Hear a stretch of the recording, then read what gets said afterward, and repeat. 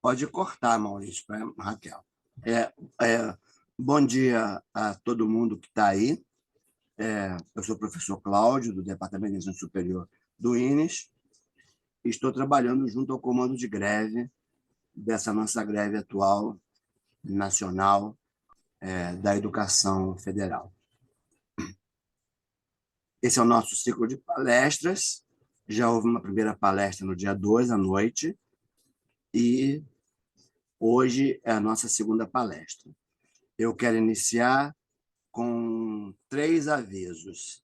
Na verdade, 2 saudações, 2 manifestações e um aviso.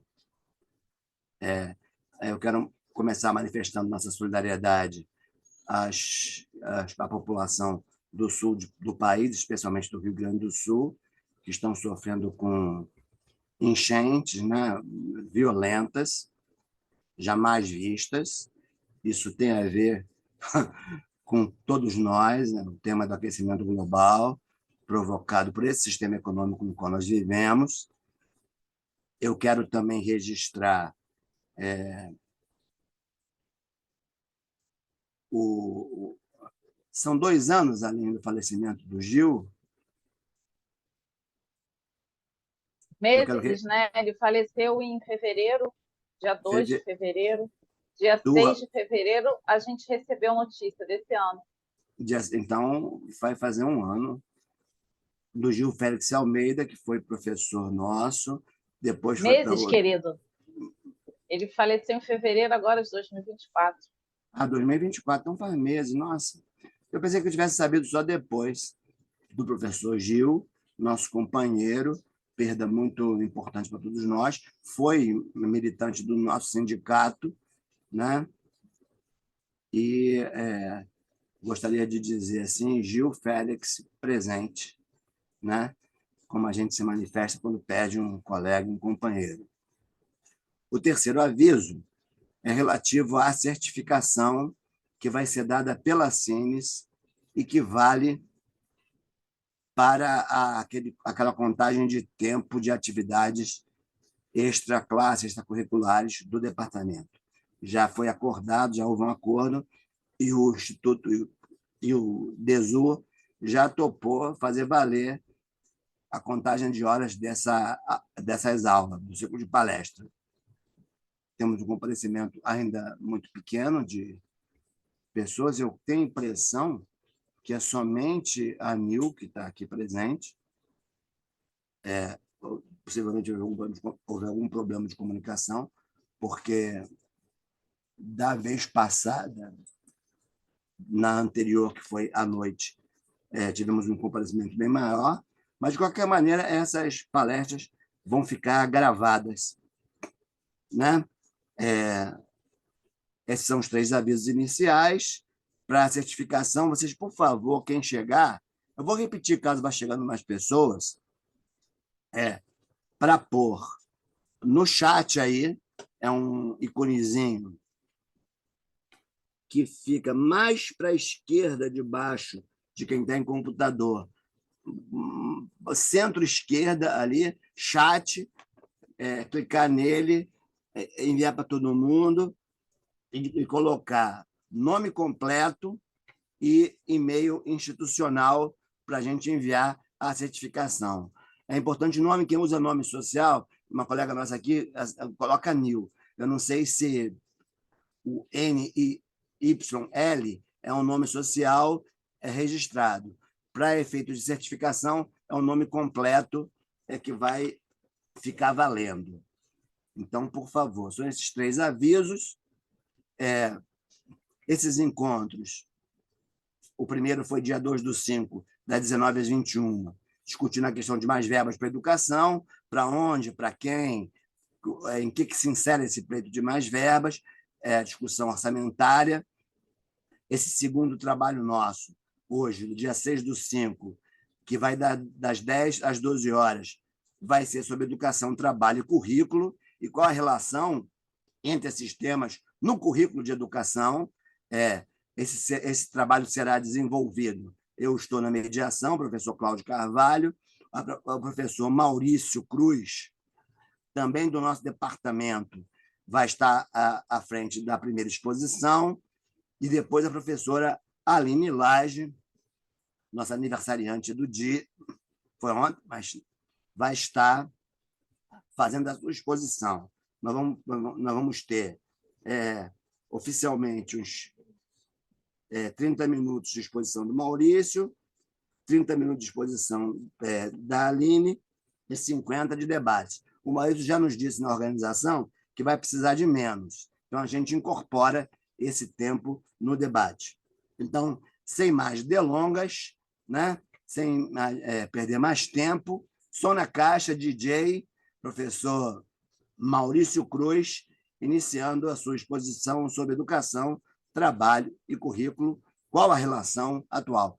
Qual a relação atual aí, Maurício?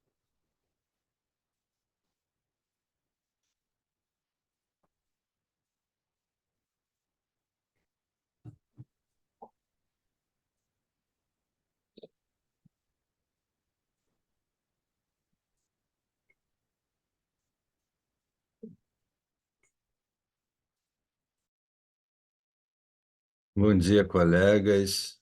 Prazer estar aqui com meus colegas de trabalho, os nossos alunos de departamento, para discutir um tema tão interessante quanto esse.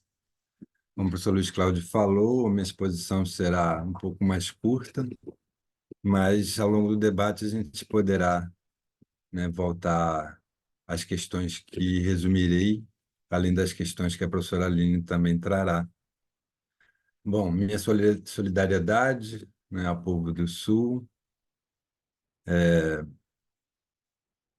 A lembrança do professor Gil vem no momento oportuno, uma vez que, pelo tema aqui debatido, ele certamente estaria com a palavra, né, um profissional que tem, né, e muito nos trouxe, né, teve muito nos trouxe conhecimentos, conteúdos a esse respeito. Não só trouxe como conhecimento, como, né, no dia a dia, no cotidiano, na prática, né, militou nessa área. Então, muito oportuno a lembrança do saudoso Gil. Bom, como eu disse, eu farei uma abordagem mais geral para que depois a gente possa debater melhor. E nessa abordagem geral é bom lembrar que esses temas, né, educação, trabalho, currículo, eles não se relacionam há pouco tempo, né, na escola brasileira, né? O modelo de educação escolar que adotamos já há muito tempo vem tecendo essas relações, né? Então, à medida em que a escola passa a atender um público maior, à medida que ela vai se tornando uma instituição mais complexa, né? À medida em que interessa ao desenvolvimento social escolarizar um número maior de sua população, fica cada vez mais evidente as relações entre educação, trabalho e currículo. Se a gente usar uma instituição centenária como a nossa, é possível, né, observar no próprio currículo da nossa instituição muita relação com a formação profissional. E, aproximando dos dias de hoje, isso fica muito evidente na própria legislação vigente, né? Então, a nossa educação, ela mantém relação com o mundo do trabalho. Isso é anunciado, né, na legislação vigente, e os sistemas de ensino têm o dever de implementar estas orientações e essas diretrizes, inclusive com a oferta de formação para o trabalho ainda na própria educação básica. Bom, dito isso, né, e rapidamente lembrado a relação entre a escola e a formação para o mercado de trabalho, nós podemos caracterizar que essa instituição, a escola, ela é, ao mesmo tempo, um aparelho ideológico, né? Um aparelho de formação e é um aparelho em disputa pelas diferentes camadas da sociedade, né? Que tentam, né, com o seu projeto de sociedade, com a sua visão de mundo, implementar na escola aquilo que entende ser o mais adequado. Então, a escola ela recebe pressões de diversos organismos sociais para, né, cada qual com a sua orientação. A escola, no Brasil, ela é majoritariamente, o público atendido é majoritariamente atendido nas instituições de ensino que são públicas, né? Então, é óbvio que é nesse campo do ensino público que a gente vai tecer as principais discussões, sobretudo também porque é o poder público que normatiza a oferta de educação escolar, né? Portanto, o currículo, né, a carga horária, dias letivos, enfim, tudo isso. Eu separei três frases que acho que tecem relação com o tema de hoje, né? O primeiro, que são frases conhecidas, né? Assim, a primeira frase, estude para ser alguém. Eu acho que a maioria de nós já deve ter ouvido essa expressão, né? E ela representa um valor social de que é através desse estudo que a gente conseguirá alcançar uma espécie de status, né? E sem ele, portanto, não haveria esta possibilidade.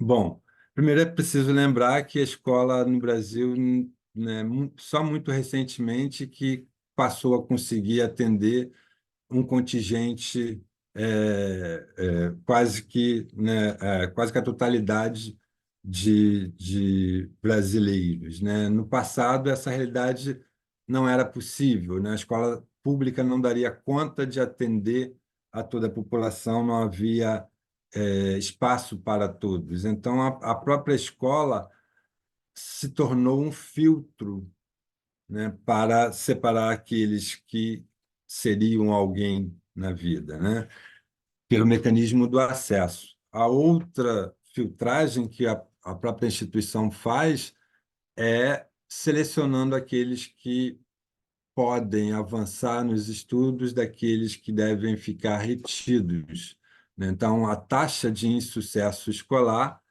também já foi bastante elevada.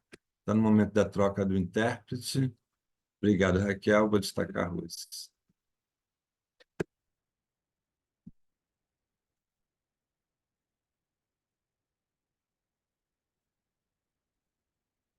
Pronto.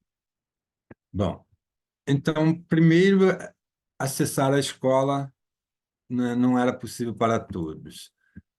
Depois, o alto índice de retenção, reprovação, somando-se a isso o fato de que a maior parte dos jovens que procuram a escola são oriundos de famílias pobres e, ao avançar a idade, precisam entrar no mercado de trabalho. Então, o maior nível de reprovação também estava associado, sobretudo com a avançada idade, à, à, à não permanência no espaço escolar. Então, segundo essa frase, estude para ser alguém, era uma promessa que a própria escola não conseguia oferecer, né?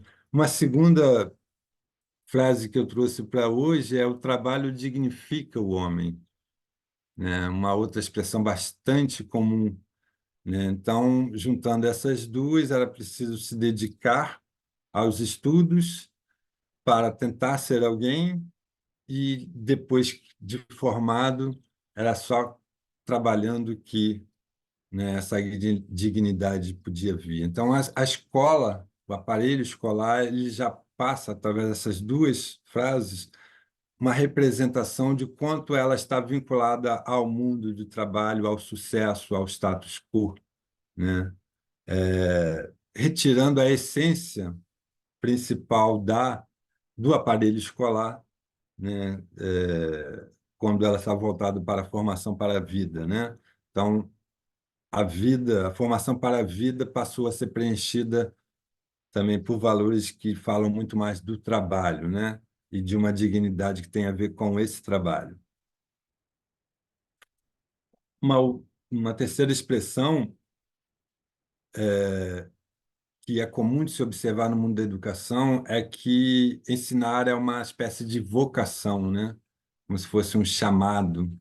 E é preciso observar que, embora muita gente fale nesses termos, as pessoas que vão para o campo educacional, né, que vão para a profissão de ensinar, quase todas são oriundas das camadas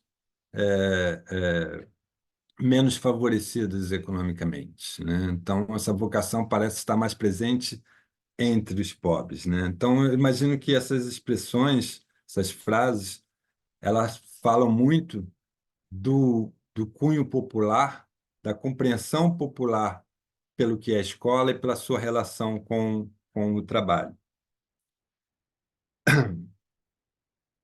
Há uma série de discussões que a gente poderá fazer um pouco mais à frente que abordam, né, a relação trabalho-educação com o currículo de uma maneira mais teórica, né? Eu estou querendo trazer alguns elementos em especial. Quero destacar também como que isso surge no campo da formação de professores, né? Já que é uma formação para o trabalho, né? E para um trabalhador que irá atuar dentro da própria escola, dentro da unidade escolar.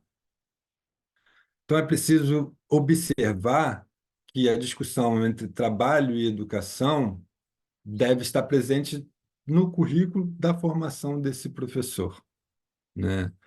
E é preciso, nos dias atuais, esse é o objetivo, né, desse momento, fazer a relação entre educação, trabalho e currículo nos dias atuais, é preciso observar como que essa discussão aparece nos currículos de formação de professores. Se elas são menos abundantes do que foram no passado, se as políticas públicas têm permitido esse surgimento, enfim. Então, nesse sentido, é importante destacar que, né, há um movimento na política pública para normatizar a formação de professores no Brasil, formação de professores para a educação básica.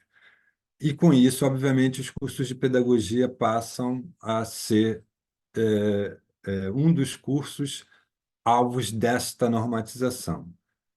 De maneira geral, nesse novo milênio, a gente já vem discutindo essas normatizações desde o seu começo, né? E o curso de pedagogia modificando ao longo das últimas 2 décadas. Atualmente, a gente tem uma política de formação de professores que determina, para professores para a educação básica, que determina que essa formação ocorre, no mínimo, ao longo de 4 anos e com um mínimo de 3.200 horas. Isso é uma formação inicial, nível de graduação.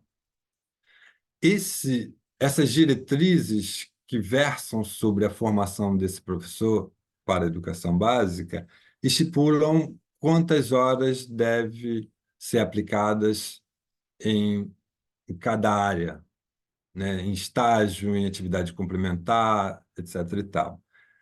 E essa divisão, ela está tão cerceada, digamos assim, ela foi tão planejada para dar conta da formação para as competências do ensinar. Isso tem sobrado cada vez menos espaço nesse currículo para se discutir temas gerais da educação. Então, essas diretrizes, né, ao determinar como utilizar essas 3.200 horas, fazem com que a gente cada vez mais se ocupe em formar o professor que vai ensinar as crianças, no caso do curso de pedagogia, dentro da sala de aula. E são tantas as cobranças nesse sentido que esse futuro professor, futuro pedagogo, ele, pela orientação das atuais políticas públicas, ele cada vez mais será um profissional da sala de aula com pouca chance de encontrar na sua formação, né, na sua graduação, mais conteúdos para ele entender a relação entre, né, educação, sociedade, cultura, trabalho, e, sobretudo, para ele entender o que é a escola. Aliás, esse é o segundo ponto que eu quero trazer.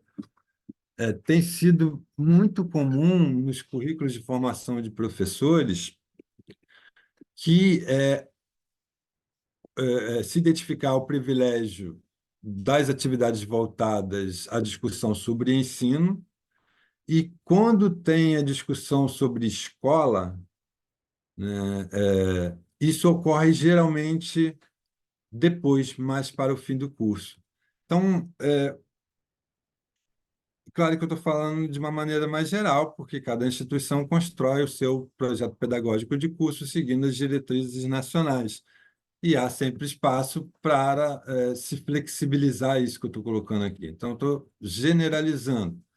Mas com as diretrizes nacionais para a formação dos professores da educação básica, e toda a orientação que dá para a composição de um currículo de curso de formação de professores, tem sido e vai ser cada vez mais observável, né, um conjunto de disciplinas e de atividades voltadas à formação das competências do professor.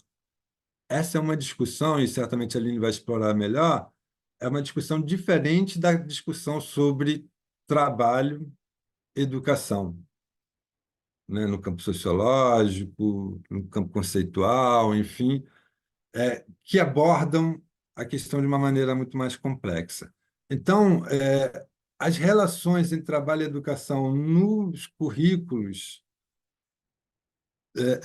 de formação de professores, se esses currículos seguirem as orientações das políticas públicas atuais, será cada vez mais voltada para o desenvolvimento dessas competências do ato de ensinar e, consequentemente, pelo, pelo pouco espaço, ou quase nenhum espaço que sobra para a formação crítica, a compreensão da escola dentro de uma sociedade, da escola com o mundo do trabalho, a gente tenderá a formar especialistas de sala de aula que não conseguem entender a escola como um fenômeno social. Acho que eu falei demais até, né? E isso que eu trouxe aqui, acho que dá para a gente desdobrar em várias outras questões. Então, eu paro por aqui. Obrigado. Está no tempo, Maurício. Está no tempo. Gastou 10 minutos a menos. Então, vamos mais sem mais delongas. Professora Aline Lage, por favor.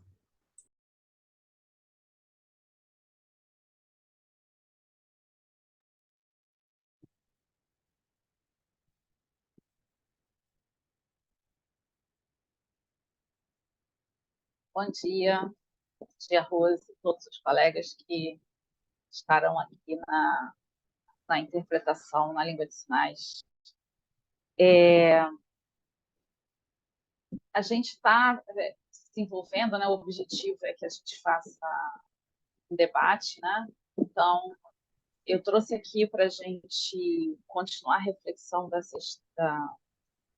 quinta-feira passada, um pouco desse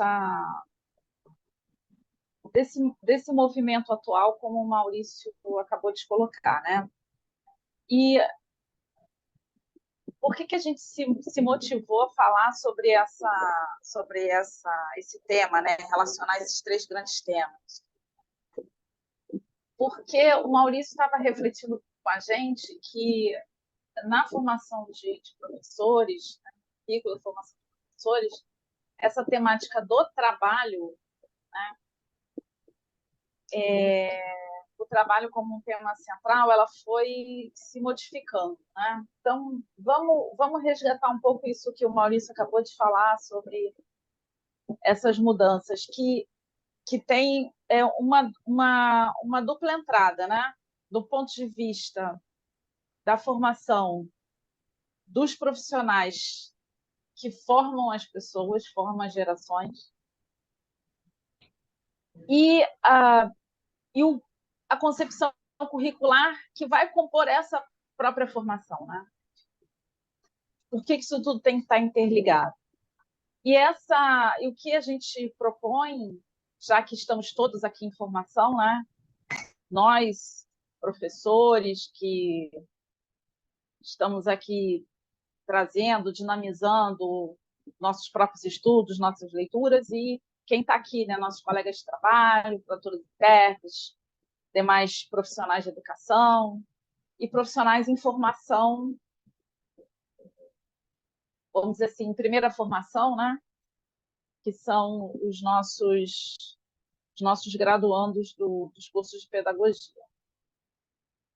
Então, primeiro, pensar que essas expressões populares que o Maurício trouxe, elas não são concepções que aparecem do limbo, né? Que caem, vêm de algum lugar e começam a tomar corpo e tomar os nossos corpos, né? A gente empresta nossa voz, nosso corpo, nossa sinalização para repetir algumas dessas ideias. Essas ideias têm importantes fundamentos críticos. Quando a gente estuda lá em psicologia, e eu acredito que uns colegas da área de fundamentos e até colegas da área de pedagogia, vocês também já perceberam isso, né? Que o discurso científico atravessa a nossa vivência popular. E eles são construídos também para esse atravessamento. Então, eu espero que a gente possa, cada vez mais, entender que esses discursos que a gente vê nas revistas, que a gente vê nas redes sociais, no YouTube, né? em todos os atuais meios de comunicação, como isso tem aparecido e ganhado forma. Então, eu dividi aqui o que eu posso contribuir para essa nossa reflexão, 3 questões para a gente pensar. Primeiro, trabalho. Né? Vamos pensar trabalho. E aí, quem vos fala não é uma socióloga, não sou socióloga, não sou antropóloga, sou psicóloga. E na psicologia a gente precisa fazer esses estudos. Vamos dizer, sociologia também faz parte de um fundamento para a psicologia. Depois eu gostaria que a gente falasse muito brevemente sobre essa relação entre trabalho e competências. Vai trocar o intérprete, Jaqueline.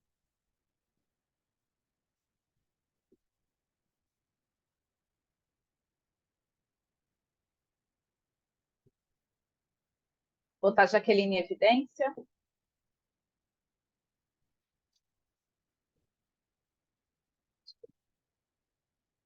Vou ver aqui. Jaqueline já está em evidência.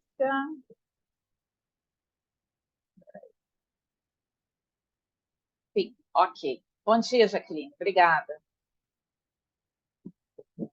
Então, a gente vai falar sobre trabalhos e competências no segundo momento. E eu queria só um breve momento, vou tentar me policiar mesmo, bem breve, para dizer assim, ao que nós dizemos sim. Pelo menos eu acho que uma boa parte de nós que está aqui, ao que dizemos sim. Porque a gente vai precisar dizer alguns não inicialmente. Eu sou mais a favor do sim. Quero dizer sim. Quero mais apostar no sim do que apostar no não. Então, eu peguei aqui para a gente trocar. Olha, gente, eu procurei várias fontes. Na semana passada, que a gente se dividiu e eu estava organizando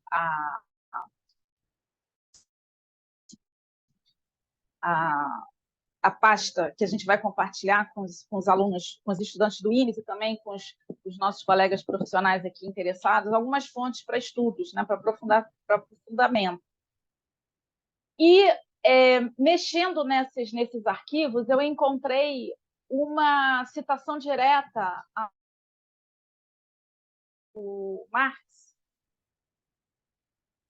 a Jaqueline congelou para mim, ao Marx, que achei muito boa, mas eu não anotei, perdi. Então, eu não vou estar aqui com a minha fonte mais,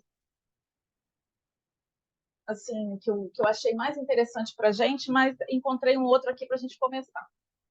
É um trabalho de 2005 que fala sobre trabalho, né? Deixa eu pegar aqui. Eu estou no modo...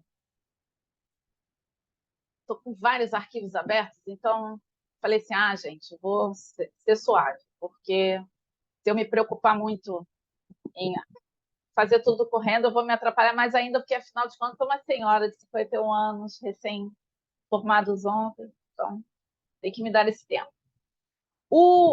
A tese que eu vou usar agora como fonte, vocês vão ter disponíveis, fala sobre pedagogia das competências e as diretrizes curriculares.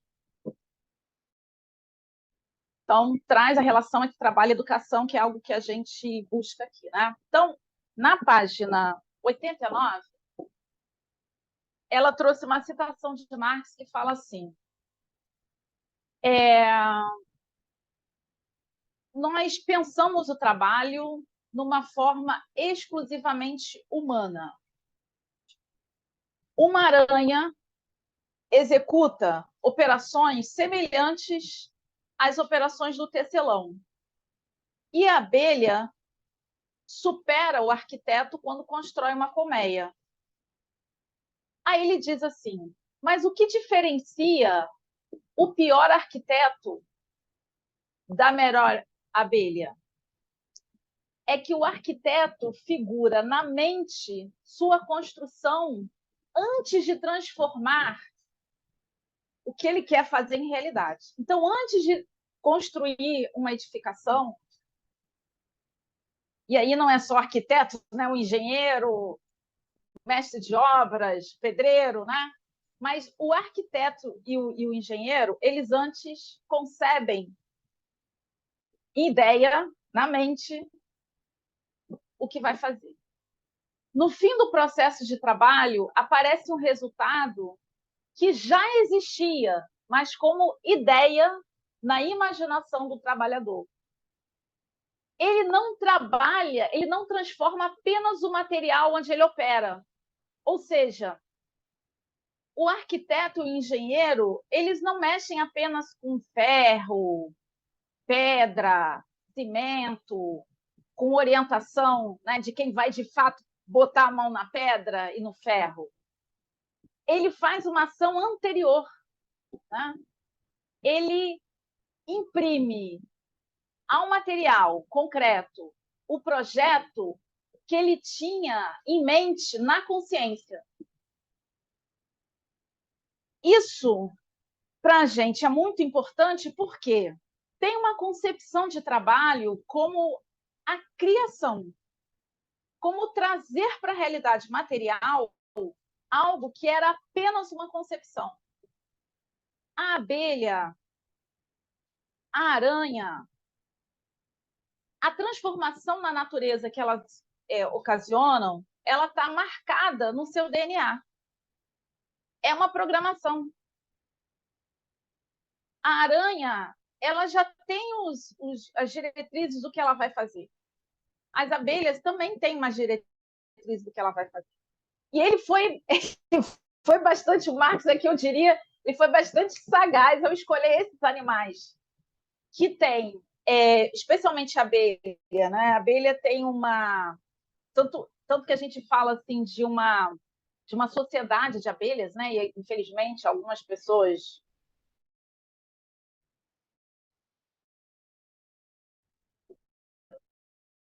fazem uma comparação muito simples, né? Se houver algum congelamento, gente, eu vou pedir para que alguém sinalize, tá? Porque pode ter sido a minha internet, pode ser a internet da Jaque. Então, preciso que alguém sinalize para mim. Então, ele foi muito sagaz escolhendo esses animais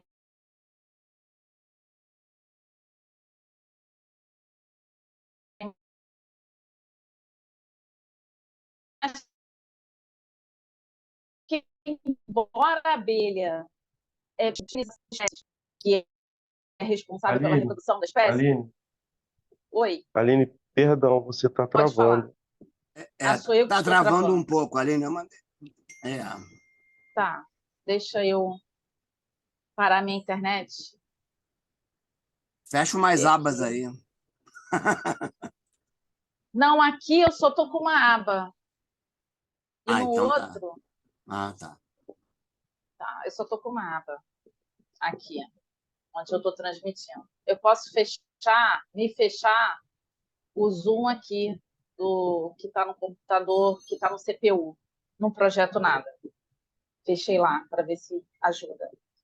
Então, ele foi muito feliz ao escolher esse exemplo das abelhas, porque abelha e aranha não tem algo que, para nós, é algo que a gente precisa nos centrar para pensar.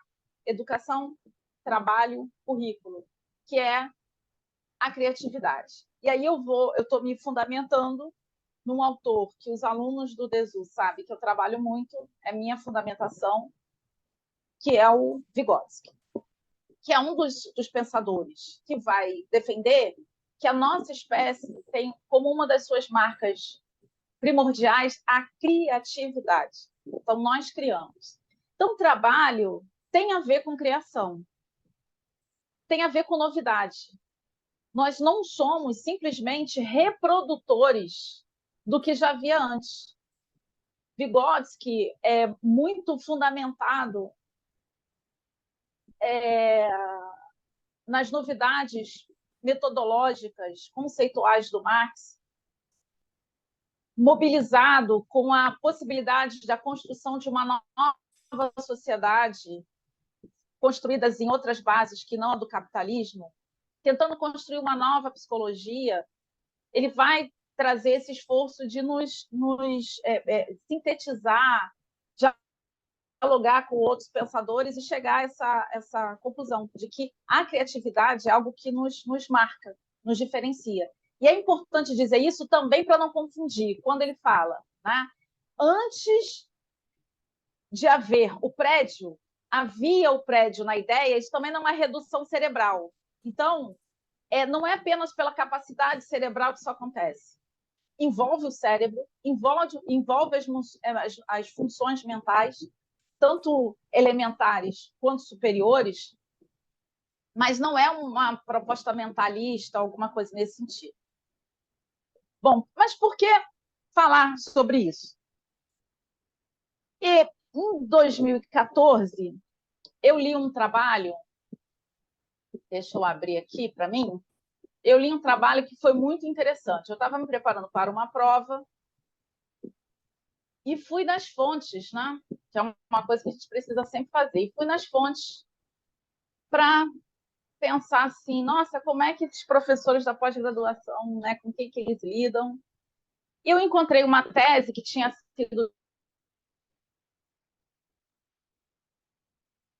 defendida um ano antes, chamada... Eu travei um pouquinho. A dissertação é a necessidade da criatividade na educação básica, entraves e possibilidades. Foi uma tese de 2013, também vai estar disponível para vocês. As duas teses são de pesquisadoras, tá? Só para deixar claro aqui para vocês. Tem um trabalho que tem esse recorte, né, do feminino. E ela, falando sobre criatividade, ela fala do entrave, né? Mas por que entrave? Né? O que seria um entrave para a criatividade? Aí eu vou destacar para vocês por que seria um entrave. Deixa eu ir para a página 103. Página 103 do trabalho anterior. Tem um pouco esse ping-pong, né? Vai lá, vai cá. Página 103. Por quê? A gente vai fazer um recorte no tempo e pensar como o mundo do trabalho estava sendo organizado a partir dos anos 1970 do século anterior. Voltamos ao tema quase 50 anos atrás. Por que eu sei que é quase 50 anos atrás? Eu, que sou péssima em números, porque eu nasci em 73, né, minha gente? Então, quando está falando 70, eu faço a conta mais rápida. Porque no mundo do trabalho havia uma mudança muito importante de como o mundo do trabalho estava organizado. Vocês vão lembrar, muitos de nós professores usamos aquele filme clássico do Charlie Chaplin, Tempos Modernos, que a gente vê o personagem do Chaplin trabalhando numa linha de montagem especializado em mexer as engrenagens ali, né? Em fazer aquele mesmo movimento repetitivo. Diria que Chaplin, esse filme tão antigo, falando de um mundo de trabalho que não é mais o majoritário, a gente não pode negar que esse trabalho de linha de montagem ele não desapareceu, ele permanece. A gente tem fábricas que funcionam no estilo clássico, mas o mundo do trabalho, hegemonicamente, não funciona mais nessa lógica, funciona numa outra lógica. Mas não sei se vocês lembram também que, em determinado momento, o corpo do personagem do Chaplin ele entra ali nas engrenagens. Aí eu diria, putz, essa cena ela está muito mais que válida, muito mais que atual. Porque é um pouco disso. O corpo do trabalhador daquela linha de montagem, ele tinha que se adequar àquele movimento repetitivo, àquela especialização, aquele foco no que eu sei fazer. Então, era um trabalho meio que inflexível. Cada um de nós que foi formado na escola ali nos anos 70, especialmente quem estava sendo formado já para o mundo profissional, tinha essa convocação de você se especializar numa determinada área do mundo do trabalho. Só que, nesses anos de 1970, a coisa começa a se modificar. E o corpo ele vai ser instado, né? E aí já tem o pessoal da minha geração passa por essa transição, já começa a ser instado num outro modelo, no modelo de flexibilidade. A produtividade, o trabalho que o capital está interessado, não é mais esse do cara que se especializa, foca numa determinada ação, mas já caminha para um outro sentido, o do profissional flexível. E aí ela coloca aqui, né? Fazer a troca do intérprete. Ok. Então, aproveitando ali, eu ia avisar quando faltava 5, 11h59, faltam 10 para se organizar, tá? Perfeito, obrigada. Obrigada, Luciana, bom dia. Então, as mudanças que estavam acontecendo no mundo do capital, no mundo do trabalho, que a gente chama de crise, mas crise nesse sentido de transformação. Quando a gente fala de crise, né, até o mesmo próprio conceito de crise, a gente precisa botar em questão, né? Parece que crise assim, está dando errado. Não, algumas mudanças estão acontecendo, né? Então, a gente tem o rebaixamento dos custos do trabalho, com redução de pessoal e de salário. O desemprego é parte da estrutura, né? Precisa haver desemprego para que o mundo do trabalho, o mundo do capital, consiga se organizar. É restabelecida a produtividade, especialmente com o uso de inovações tecnológicas. Então, a gente está falando de eletrônica, de telecomunicações, engenharia genética, novas técnicas de organização e gestão, especialmente baseadas no modelo que se organizou a partir do Japão, né? O Japão que virou ali uma espécie de tubo de ensaio para muitas mudanças. Tem alguém com o microfone aberto? A Elisete. Deixa eu ver. Isso. E reestruturação das relações entre as empresas, com especialmente a subcontratação, né? Exploração de novas regiões em nível nacional e nível internacional e procura de condições mais favoráveis e de valorização do capital, né? Não é das pessoas. Então, vejam, isso tudo pensado no mundo do trabalho vai ter um impacto na formação. Agora eu vou mudar a fonte. Agora sim eu vou para a tese que fala sobre criatividade. Deixa eu ver onde é que eu abri aqui. Tá, já está aberto. Nessa tese que fala sobre criatividade, a autora ela faz uma citação direta de autores da educação. Frigoto escreve com 2 T's. Frigoto, Ciavatta, com 2 T's também, Ciavatta, e Ramos. E a citação é assim: a lógica das competências incorpora traços importantes da teoria do capital humano, que está relacionada com aquele modelo de trabalho que foi desenvolvido especialmente a partir do Japão, como uma nova sociabilidade, uma nova forma de estabelecer as relações dentro do capitalismo. Apoiado no capitalismo concorrencial de mercado. Se alguém puder escrever isso aí no chat, por favor, capitalismo concorrencial de mercado. Aumento da produtividade, considerado em função do que deveria ser o adequado desenvolvimento e utilização das competências dos trabalhadores. O investimento individual no desenvolvimento de competências é resultado, mas também é fundamento dessa adaptação do trabalho à instabilidade da vida. Dentro dos moldes do neoliberalismo, acredita-se, né, que isso levaria ao bem-estar de todos os indivíduos, porque aumentaria a autonomia e liberdade para realizarmos escolhas de acordo com as nossas competências. Caramba, que legal, né?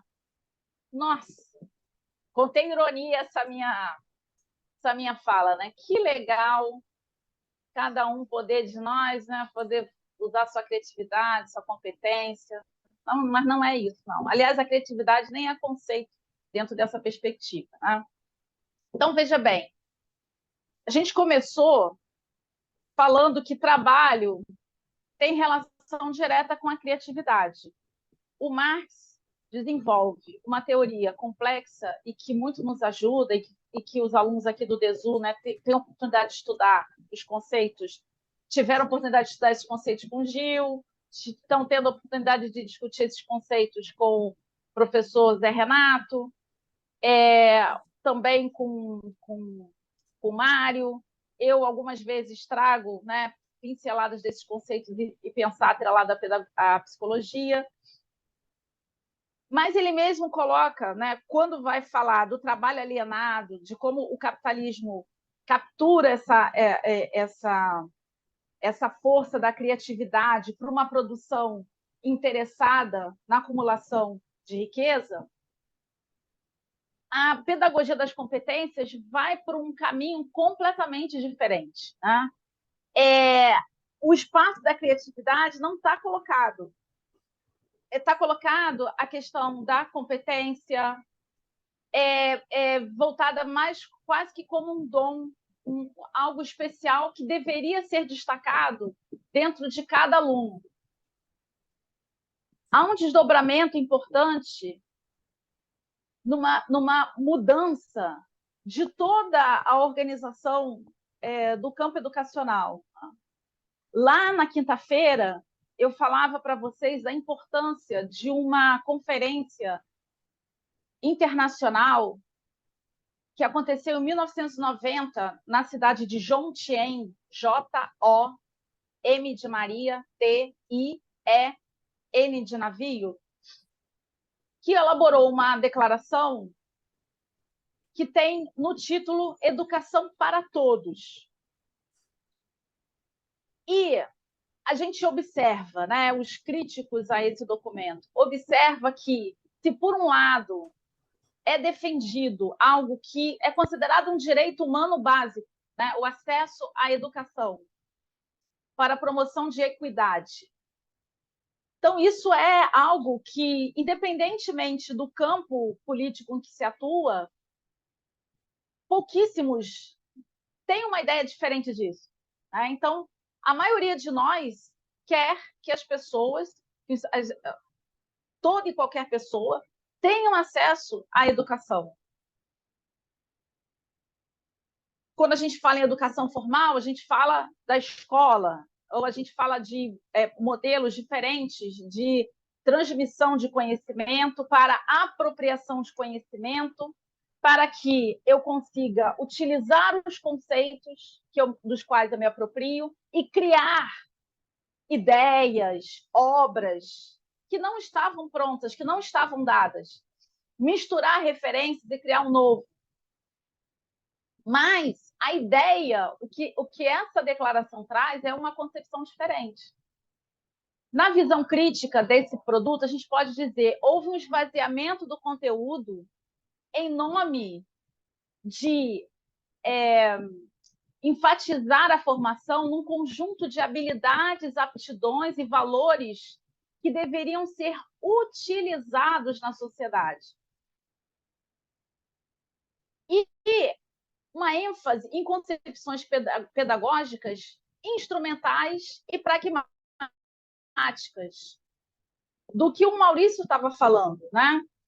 Destacando nesse nosso momento inicial, para atender às demandas do mercado. Então, essa declaração da educação, quem critica o que veio em 90, o que veio depois na declaração de 93, em Nova Delhi, é que cada vez mais tem se destacado esse princípio de que nós vamos educar para as pessoas, e aí quando a gente fala das pessoas, do profissional que vai formar as sociedades e dos próprios estudantes, né? Nós vamos formar para termos cada vez mais pessoas adaptáveis e flexíveis ao que o mercado considera relevante, em termos de produção, concepção de trabalho, né? Então, é um pouco daquilo que eu falava para vocês da imagem do Chaplin, né? Do corpo entrar naquela engrenagem, né? O que seria o corpo entrar naquela engrenagem? Ser tão flexível que ele não vai ser mais aquele profissional focado, engajado numa habilidade específica. Não, ele tem que dominar todo o processo. Então, não basta ser tradutor e intérprete de Libras. Você tem que ser tradutor e intérprete de Libras, você tem que dominar edição, você tem que dominar as ferramentas tecnológicas, né? Você vai ser professor de pedagogia, mas você também vai ter que dominar outros saberes, porque você vai ter que substituir o profissional que não está mais na escola. Então, de novo, essa discussão está totalmente relacionada com a nossa pauta de greve. Quando a gente fala, por exemplo, que não podemos admitir que o Estado brasileiro substitua um servidor por um profissional terceirizado. Quando a gente fala do trabalho terceirizado e de que isso fragiliza o que a gente precisa oferecer ao público, a gente não tá mal falando da pessoa que vai ocupar um cargo, da pessoa que a empresa vai contratar para trabalhar, por exemplo, no INES. Não é isso.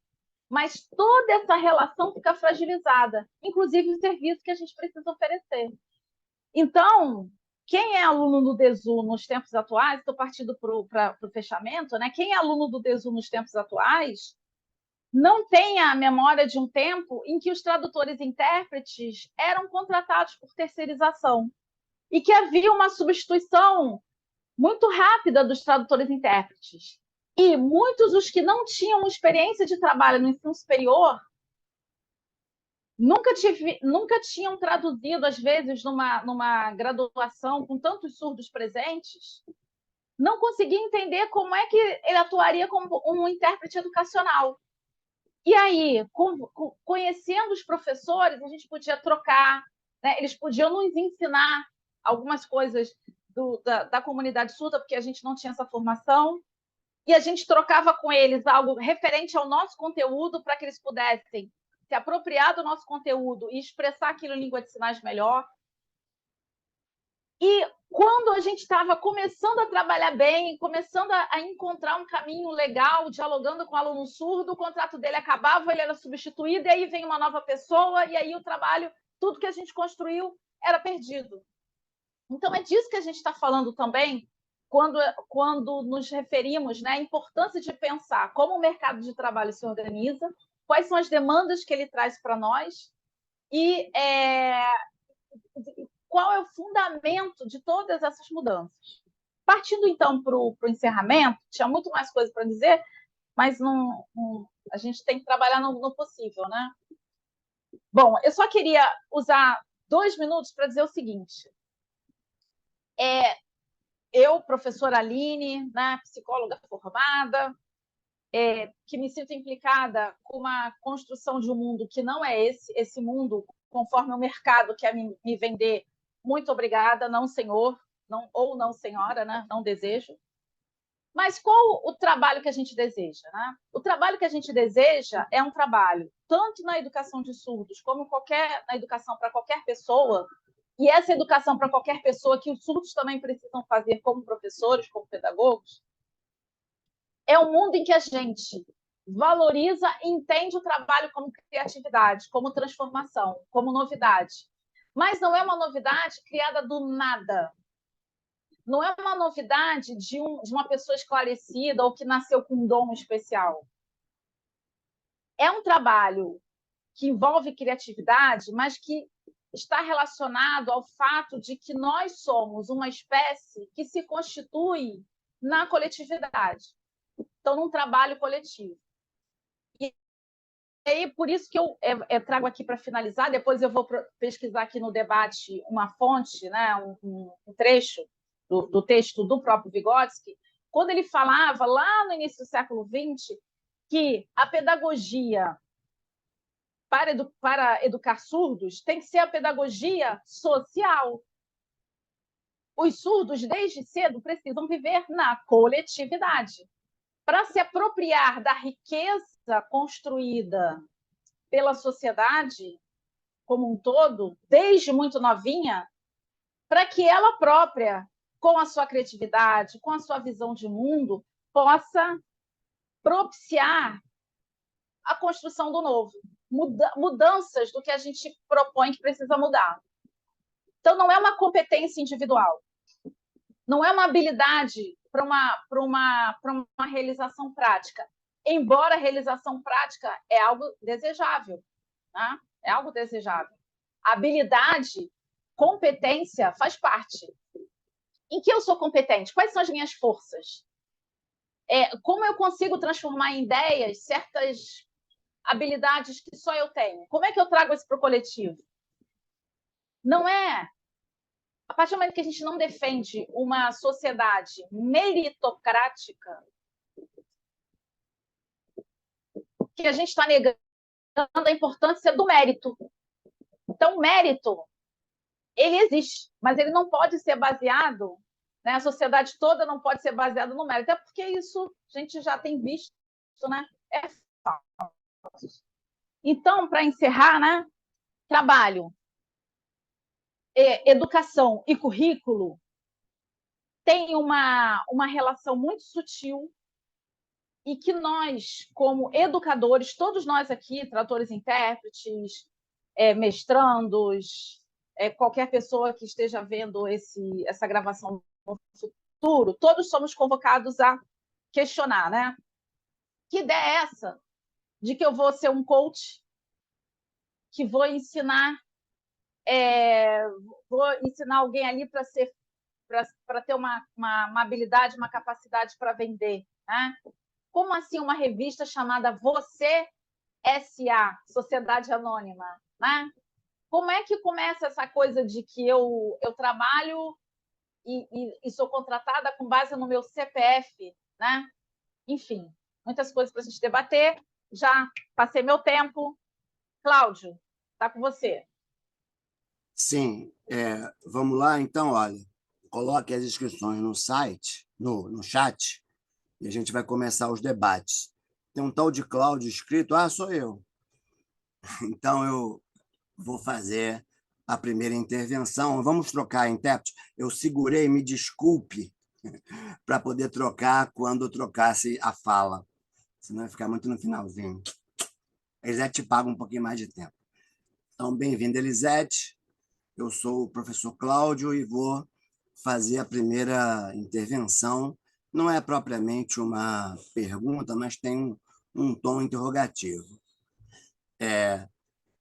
A questão, para mim, central é assim, eu vou falar do segundo aniversariante do dia de ontem. Ele apareceu bastante hoje, que é o Karl Marx. A primeira é a Aline. Cláudio, só lembrar que a professora Aline Fernanda também fez aniversário ontem. A professora Aline Fernanda também fez aniversário ontem. Então, por ordem de importância, Aline lá, Aline Fernanda e um tal de Karl Marx, que nasceu no século XIX. Eu chamo o nome do Marx para falar de duas coisinhas que são importantes. A primeira é que essa conversa surgiu aqui, desdobrada da primeira discussão, que era mais econômico-financeira, porque a gente se planejou para falar de como é que o assunto trabalho foi desaparecendo um pouco dos currículos da educação, enquanto as questões mais propriamente da prática pedagógica, didática, eram mais relevantes. Aí, me ocorreu dizer que isso não é meramente uma questão da área de pedagogia.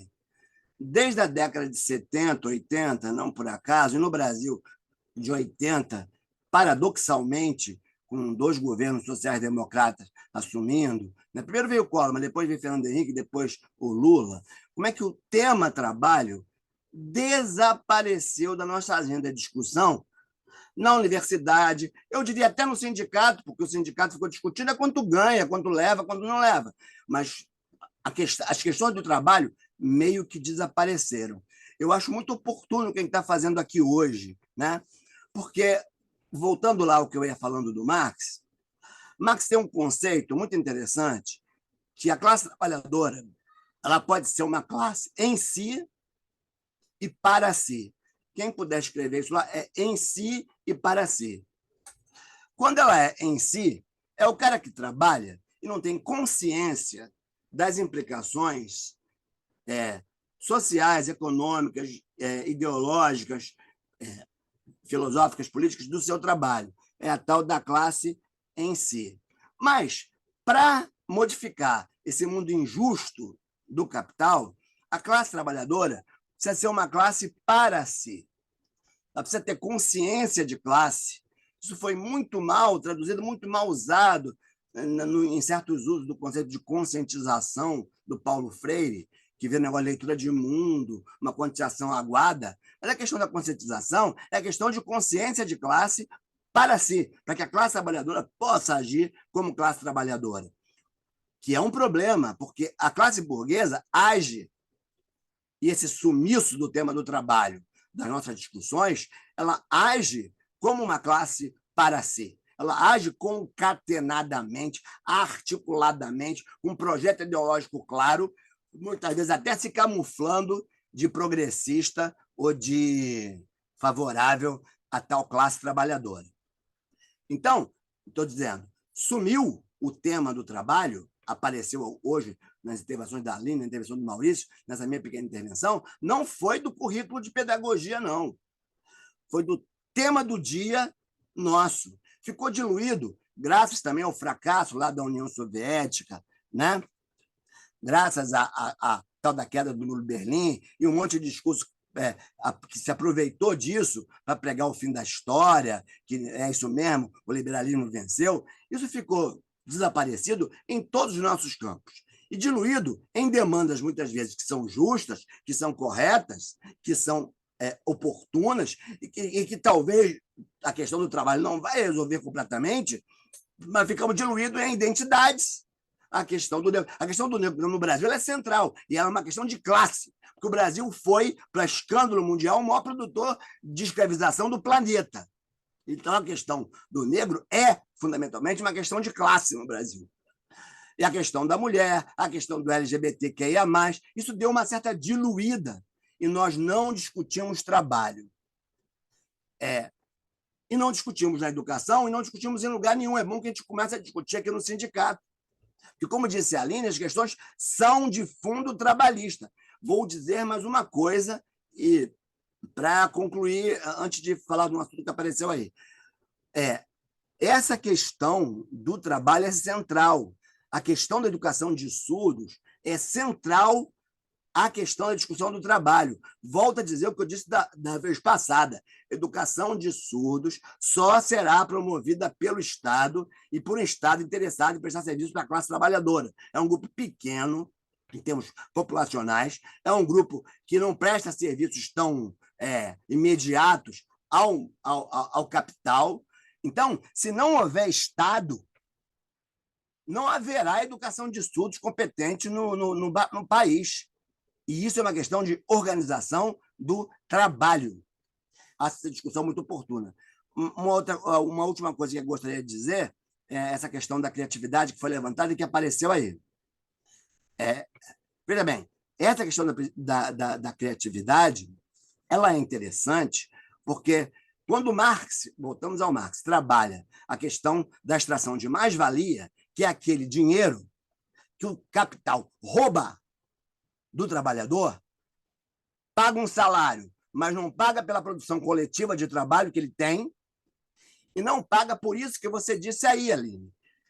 Quando eu exerço uma função de trabalho, eu exerço uma função criativa que produz um produto que é muito maior e muito mais caro e tem muito mais valor agregado do que quando eu produzo meramente como se fora um robô. Então, a questão da criatividade é que esse dinheiro da criatividade do trabalhador ele é roubado e entesourado pelo capitalista que bota a mão no dinheiro no trabalhador e só paga pelas suas horas de trabalho. A questão da criatividade ela está aí. Ela está na questão da produção da mais-valia relativa. O meu trabalho é muito mais, produz muito mais do que aquilo pelo que eu sou pago meramente pelas horas.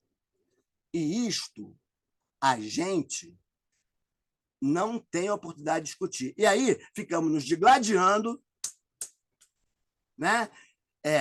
Com questões que são importantes, não são de jeito nenhum secundárias, mas nas quais nós estamos diluídos. Estamos diluídos em identidades, multiculturalismos, questões linguísticas, questões de gênero, que são importantíssimas, mas não em detrimento, você está a espiva aqui agora, da única questão identitária que é perpendicular, que corre a história toda da humanidade, que é a questão de classe. Na verdade, as questões de identidade nascem todas.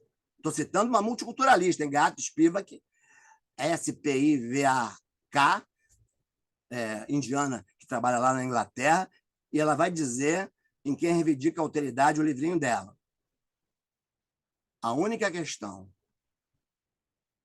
de identidade que percorre toda a história humana é a questão de classe. Então, nós não podemos deixar de discutir isso, e isso é exatamente o que está sumindo de nossos currículos. Falei para caramba, mas... Obrigada, Cláudio. Agora, Eli, vou destacar o Eli rapidamente, só para a gente ver quem vai falar, e volto para a Eli 7.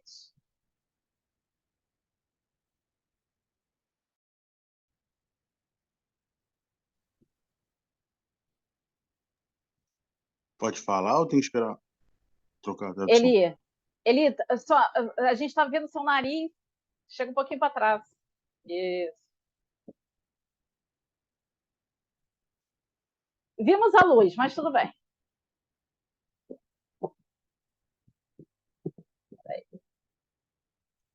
Elisete já tá destacado. Pode falar aí. Então, bom dia a todos e todas.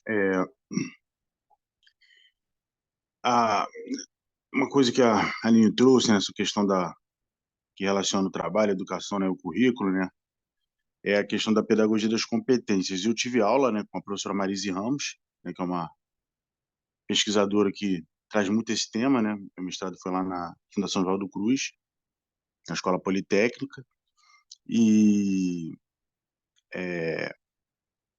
alguns trabalhos, não só dela, mas também do Frigoto, né? Que é outro que também faz essa discussão, né?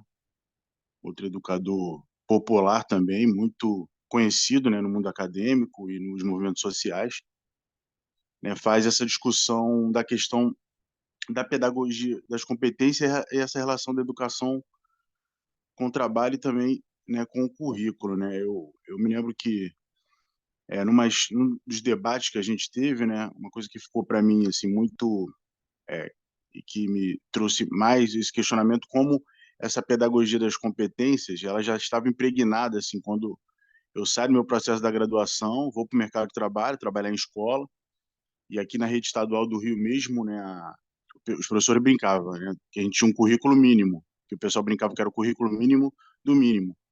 E a estrutura para que o professor planejasse, né, era competências e habilidades. Eu não sei falar bem a pronúncia, Pierre Node, né, que é uma referência, né, nessa pedagogia das competências, mas nos trabalhos, né, tanto da Marise como do Frigoto, eles traziam como a pedagogia das competências ela mascara, né, um processo de formação crítica, né, reflexiva, né, do indivíduo, né.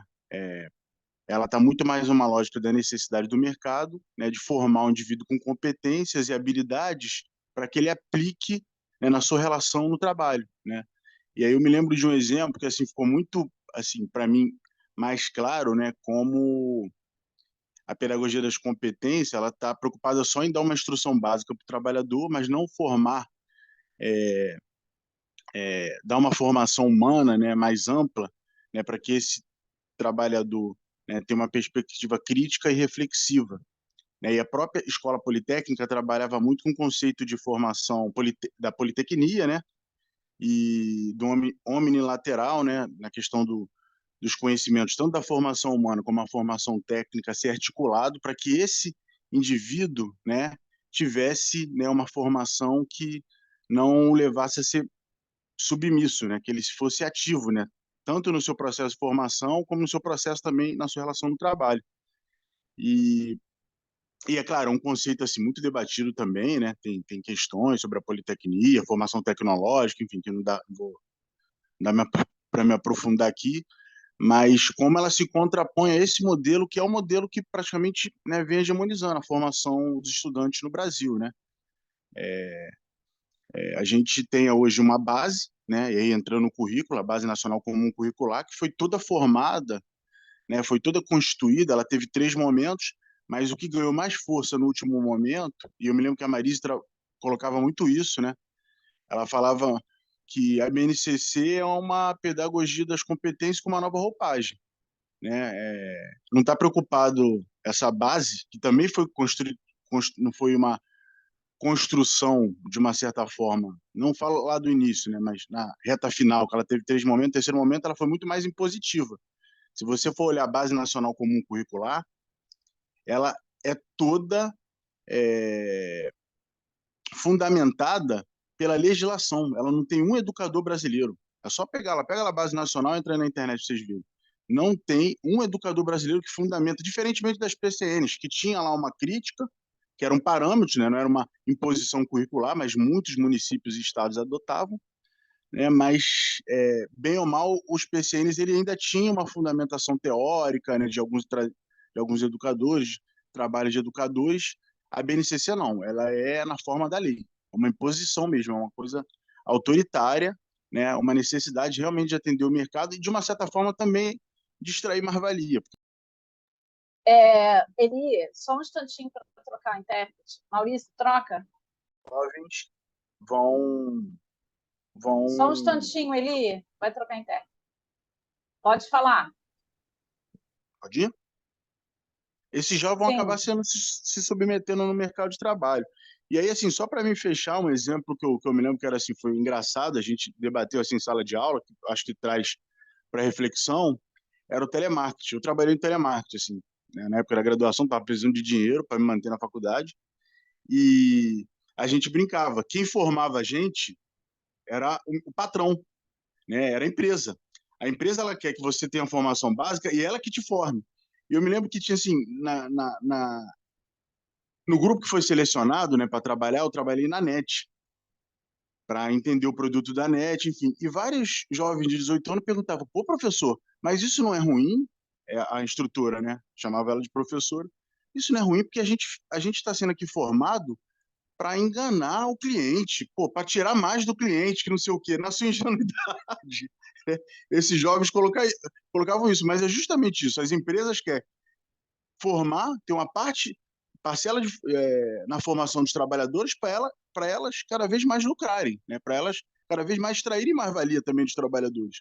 E eu achava isso muito engraçado, assim, que eles traziam até por uma questão moral, não era nem uma questão, muitas vezes, crítica política. Pô, mas isso está errado o que eu estou fazendo. Né? E a gente sente isso na pele quando essas empresas de telemarketing ficam ligando para a gente oferecendo diversos, né, produtos, né, mas era uma demonstração que a gente fez reflexão na sala de aula, como há, há um interesse, né, da classe dominante de formar cada vez mais, menos, né, um trabalhador com senso crítico, reflexivo, né, numa perspectiva emancipatória, transformadora, e cada vez mais formar o indivíduo para que ela, a empresa, complemente a sua formação, né, de acordo com seus interesses de classe, né, que aí entra nessa discussão que o Cláudio já trouxe, como a gente precisa também fazer discussão, debate na perspectiva de classe também. É isso, gente. Obrigada, Eli. Marcelo, destacar o Marcelo, rapidinho. Te falando, meus alunos, não nos abandonem. Fale aí, gente. Só está falando barbado do sindicato. Agora voltou para a intérprete, Marcelo. Tá.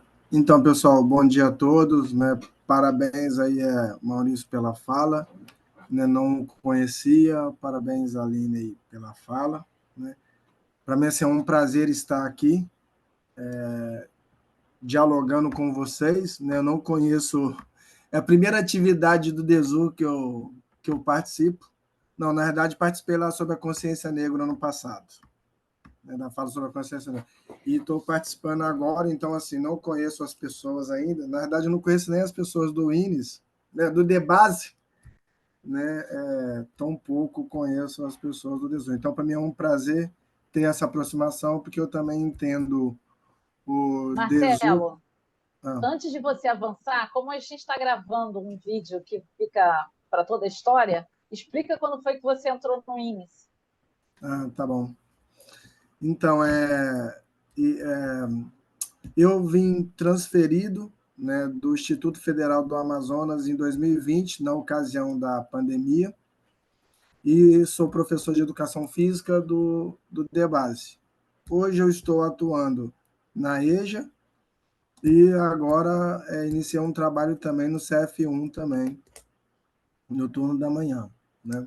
Sou um amante da educação básica mesmo, né? Fiz uma opção política, né, de ser um professor do ensino básico e eu gosto muito, né, apesar de todas as contradições da formação humana, né, me vejo neste lugar, né, e tá participando dessa discussão, nem sabia que a gente ia se voltar para isso, né, foi um tema que no mestrado eu trabalhei pedagogia das competências no campo da educação física. Então, estou muito à vontade de poder estar dialogando com vocês nesse sentido. E assim como o Cláudio já disse, eu queria muito ouvir os alunos nesse sentido, né? Porque, e aí eu vou tentar ser bem breve na minha reflexão aqui, que na verdade também não é propriamente uma pergunta, mas é uma reflexão que eu queria, sobretudo, provocar os alunos aqui presentes, né? É que, na realidade, né, aí eu quero começar até, inclusive, do contexto de transferência, que é o contexto da pandemia.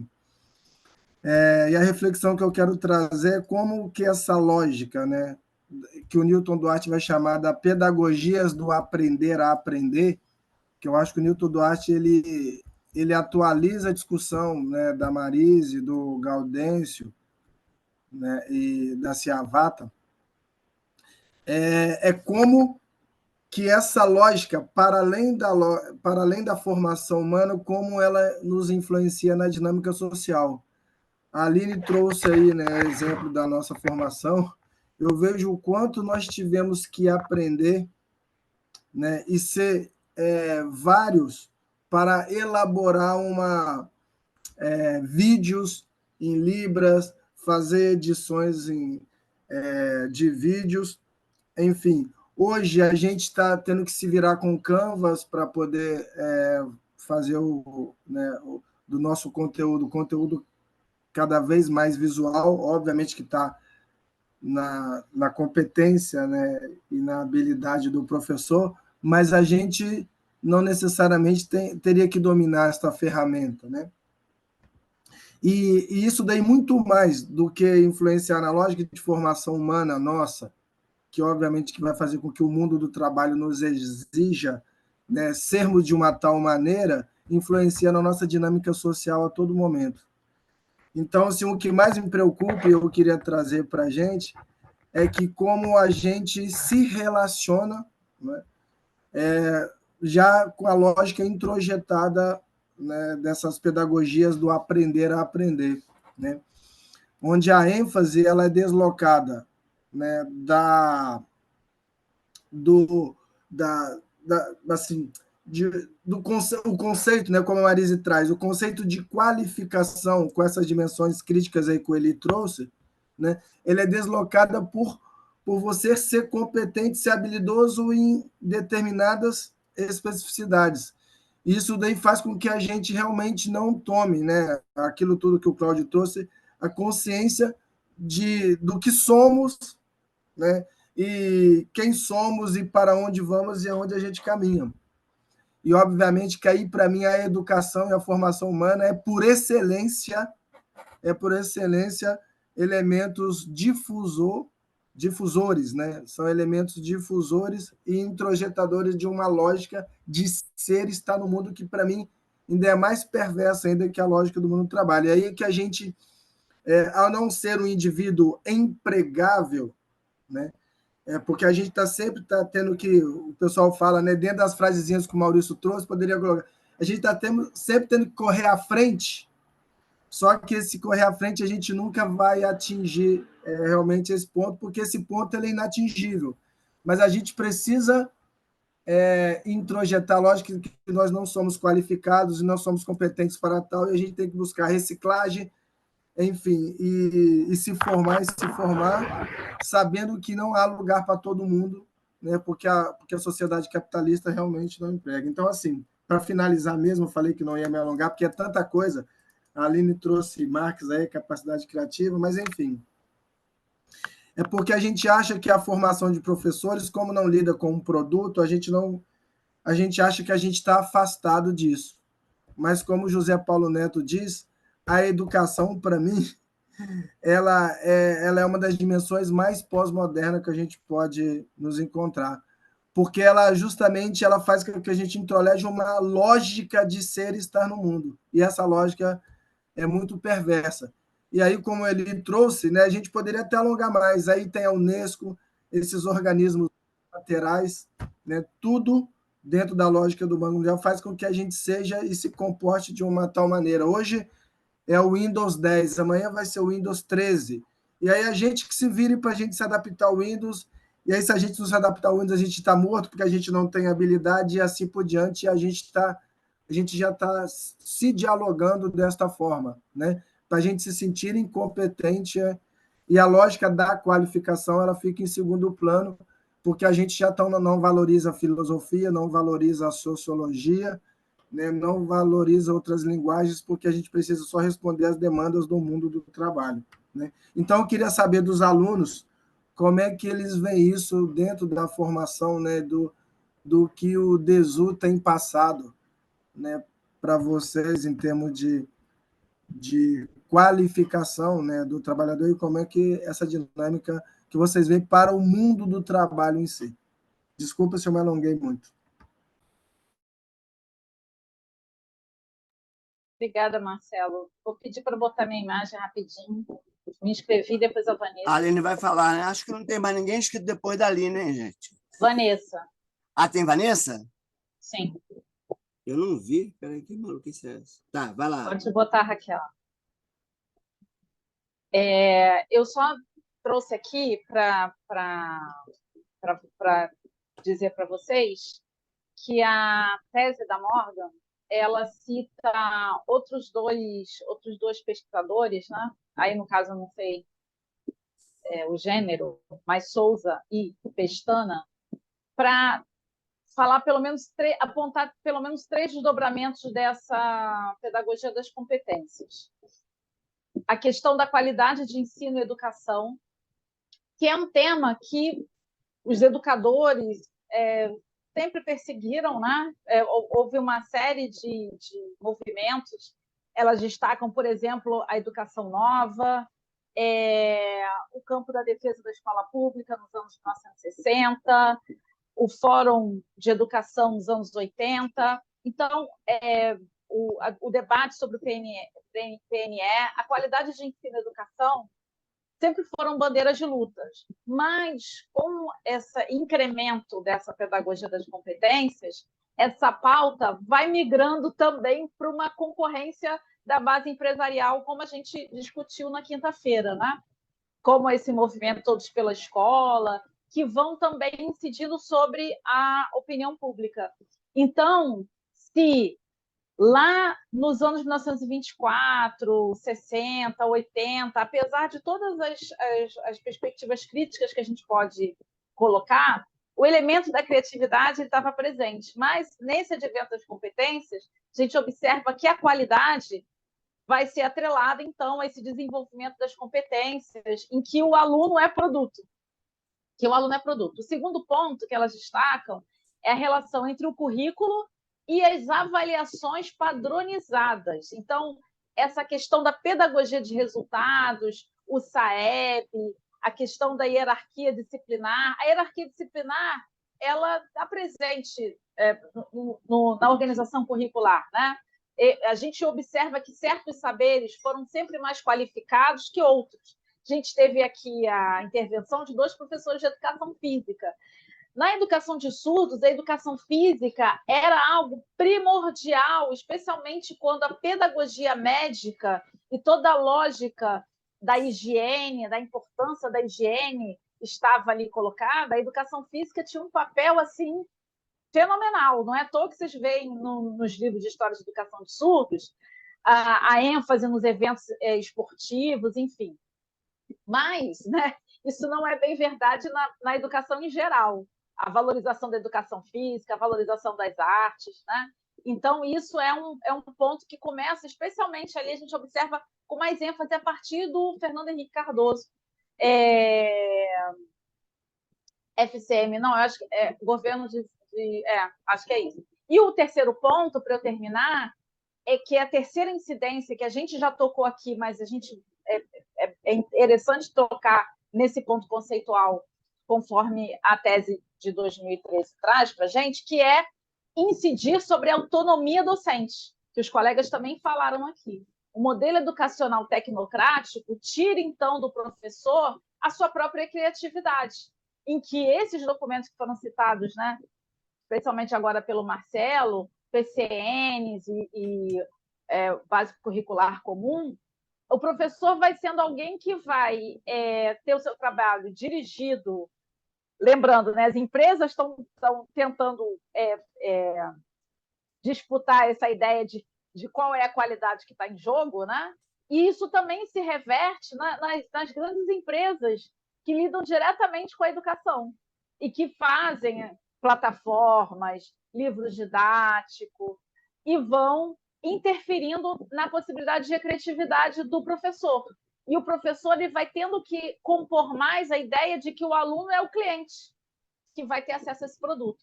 Então, de novo, a gente não está falando de um passado distante ou de algo que incide diretamente sobre a nossa vida atual. Vou pedir para a Vanessa abrir a câmera dela, só para a gente destacar a Vanessa.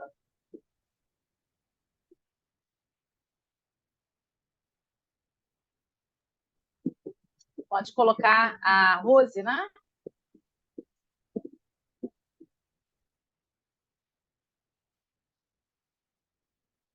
Vanessa, pode começar. Bem, bom dia a todas, todos e todos. Eu sou Vanessa Mandriola, sou tradutora e intérprete de língua de sinais do Instituto Nacional de Educação de Surdos. Ocupo cargo técnico, né, de nível D.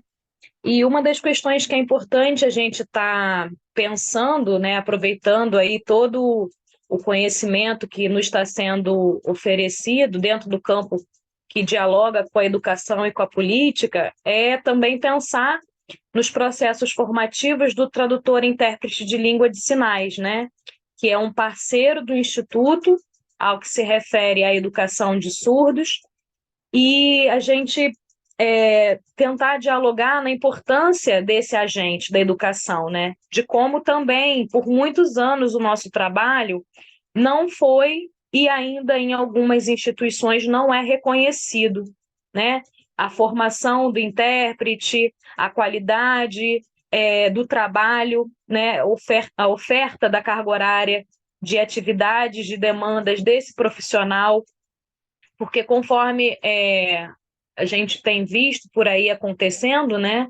E as leis também de educação vão incluindo essa atividade laboral como uma atividade essencial, desde, né, de o ensino fundamental 2, médio, graduação, a gente vê a atuação de alguns intérpretes e a gente nota o quão é importante também haver incentivo, né, para que essa figura esteja cada vez mais em consonância com os trabalhos, né? O respeito também a esse profissional, a participação. A Aline mencionou, né, que houve um período em que os intérpretes do DESU eram contratados. Eu participei desse período, eu fui aluna, mas eu trabalhava no DEBASE durante esse período.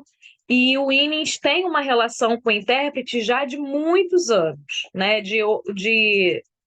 Centenária já essa relação, né? E hoje a gente, enquanto servidores da instituição, estamos em greve buscando melhorias, qualidade, né? Também para a nossa qualificação, para que a gente possa oferecer um bom trabalho, cada vez mais bem consolidado, elaborado para a nossa comunidade, para os nossos alunos surdos, né? Entendendo que o Instituto está crescendo também, né? Quando eu entrei, o ensino, né, da graduação do INES ainda estava em processo de reconhecimento, né? Eu entrei, era ISB, depois virou Departamento de Ensino Superior. Então, agora a gente já tem um curso de mestrado, né? Amanhã, futuramente, a gente pode ter o doutorado, e ainda assim, os surdos com direito, né, da equidade e da inclusão com garantia linguística vão precisar de intérpretes, né? E que intérpretes vão estar interpretando no mestrado, na pós-graduação, no doutorado, né? Então, em vez de criar decreto para extinguir a carreira, para não permitir que, nos casos de vacâncias, outros intérpretes tomem posse do cargo público, deveriam existir decretos que fomentem, né, a profissionalização, o estudo, a valorização desse profissional, o reconhecimento das atividades que vem sendo, né, elaborada. O nosso trabalho ele começa num campo de historicamente, né, da informalidade, da prestação de serviço caridoso, né, evangelístico. Só que isso já passou, né, já evoluiu. Hoje os intérpretes já têm formação, né, já há um mercado que busca, né, por esse trabalho com mais qualidade. Então, dentro principalmente do campo da educação, onde a gente vai formar outros professores, outros profissionais, porque a gente também tem dentro do INES o curso, né, de tecnólogo para formação, para ajudar, corroborar na formação do intérprete. Então, a gente precisa ampliar esse campo de debate pela formação do intérprete, respeito à valorização, ao trabalho e à educação da comunidade surda, porque nós fazemos parte dessa comunidade. Muito obrigada. Um bom dia a todos. Tem mais alguém inscrito, gente? Não? Então, 11h51.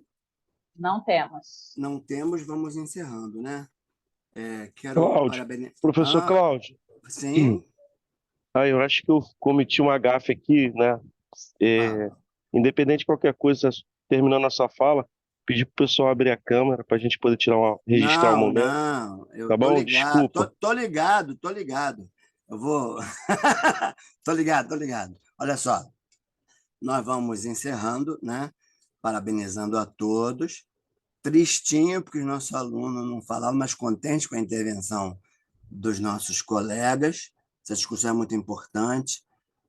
Amigo Maurício, eu lembro a você que o fascismo é muito engraçadinho, né? Sempre tem. Cuidado com esses engraçadinhos fascistas.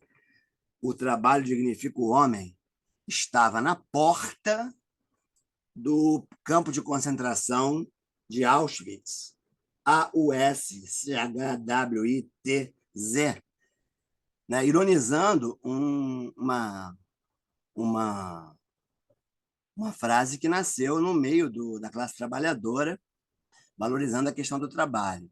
Isso foi incorporado pelos fascistas, pelos nazistas alemães, e estava lá: o trabalho dignificou o homem, na porta do campo em que os alemães faziam judeus, homossexual, comunistas, etc., prestarem serviços escravos para a Alemanha.